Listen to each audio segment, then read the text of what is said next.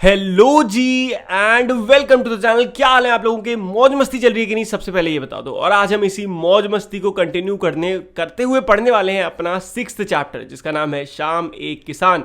बहुत ही भैया छोटू सी सिंपल सी पोयम है ये। इसको आज हम बहुत इजीली इसका एक्सप्लेनेशन देखेंगे। क्या देखेंगे? एक्सप्लेनेशन। Very good. और काव्यांश जरूर समझेंगे। तो स्टार्ट करते हैं। तो पोयम है भैया, पैरा 1 से स्टार्ट होती है। सबसे पहले पोयम के बारे में कुछ बेसिक्स बता दूं। यहाँ पे जो ऑथर हैं उन्होंने क्या करा है, उन्होंने एक पहाड़ को किससे कंपेयर करा है? एक बूढ़े किसान से। किससे? एक बूढ़े किसान से कंपेयर करा है जो गांव में रहता है। तो देखो कैसे करा है। आकाश का साफा बांधकर सूरज की चिलम खींचता बैठा है पहाड़, घुटनों पर पड़ी है नदी चादर सी, पास ही धधक रही है पलाश के जंगल की अंगीठी, अंधकार दूर पूर्व में सिमटा बैठा है भेड़ों के गल्ले सा। अब इसका व्याख्या भी देख लेते हैं, उससे समझ में आएगा। तो इसकी जो ऑथर है, जो पोएम के राइटर है, वो कौन है? वो है सर्वेश्वर दयाल सक्सेना जी ने अपनी कविता शाम एक किसान की इन पंक्तियों में शाम होने का समय दिखाई देने वाला प्राकृतिक दृश्य का बहुत ही सुंदर वर्णन किया है। अब यहाँ पे जो वर्ड्स यूज किए रहे हैं आपको इनको अच्छे से पकड़ना है। जब आप अपना आंसर लिखोगे पेपर में तो इसी तरीके से लिखना है। इससे क्या होगा, आपको भैया 100 on 100 मिलने से कोई नहीं रोक पाएगा। तो कवि के अनुसार अब देखो यहां से शुरू होती है। कलर चेंज कर लेता हूं ताकि आपको और क्लियरली दिखे। ऑरेंज या फिर ब्लू ले लेते हैं।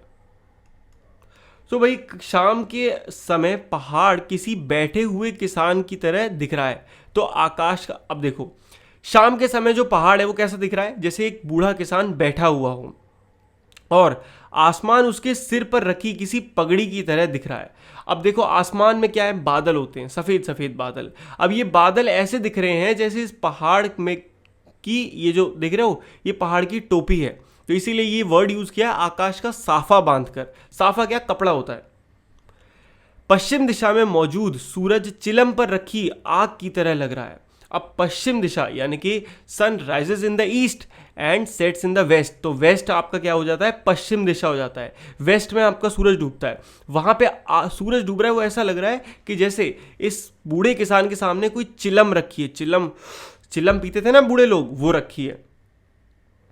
पहाड़ के नीचे बह रही है नदी। अब पहाड़ के नीचे क्या बह रहा है? नदी बह रही है। किसान के घुटनों पर रखी किसी चादर के समान प्रतीत होती है। अब ये जो नदी है ये ऐसा लग रहा है जैसे कि एक किसान के पैरों में एक चद्दर रखी है।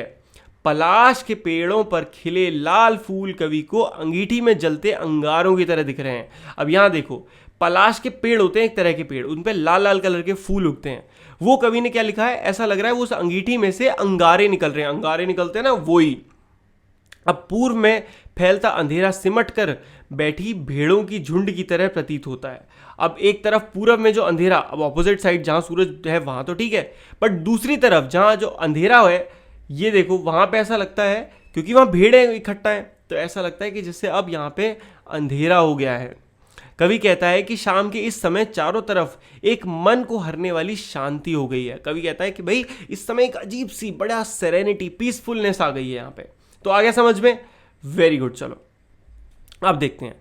अब चलो एक लास्ट बार मैं आपको बहुत सिंपल भाषा में भी देखो, आकाश का साफा बांधकर यानी कि आकाश को ऐसा लगता है कि आसमान को सिर पे बांधा हुआ है।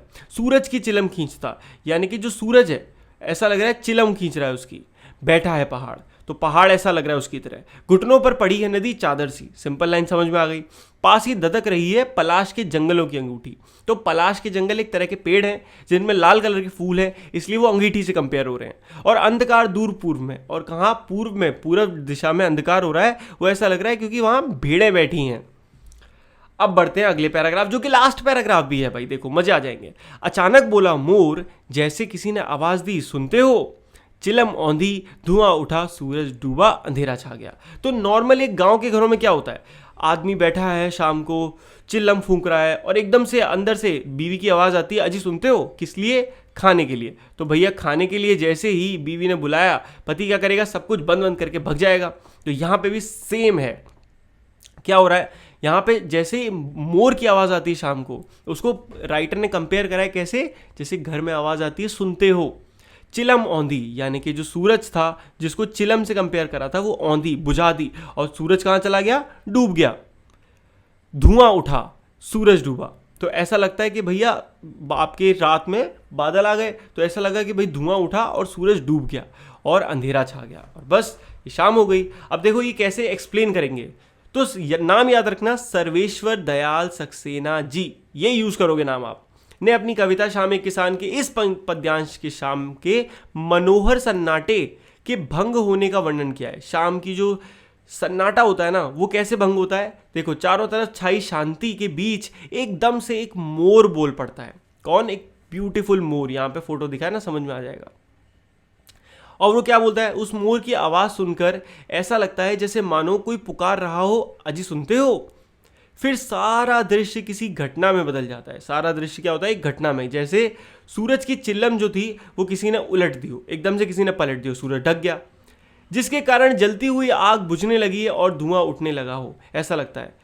कहने का तात्पर्य यह है कि असल में अब सूरज डूब रहा है और चारों तरफ अंधेरा छाने लगा है। बहुत ही सिंपल सा एक्सप्लेनेशन है ये, ठीक है। बट इसको आपने पढ़ लिया तो अब आपके पास सही वर्ड्स हैं, आप आसानी से एक्सप्लेन कर पाओगे।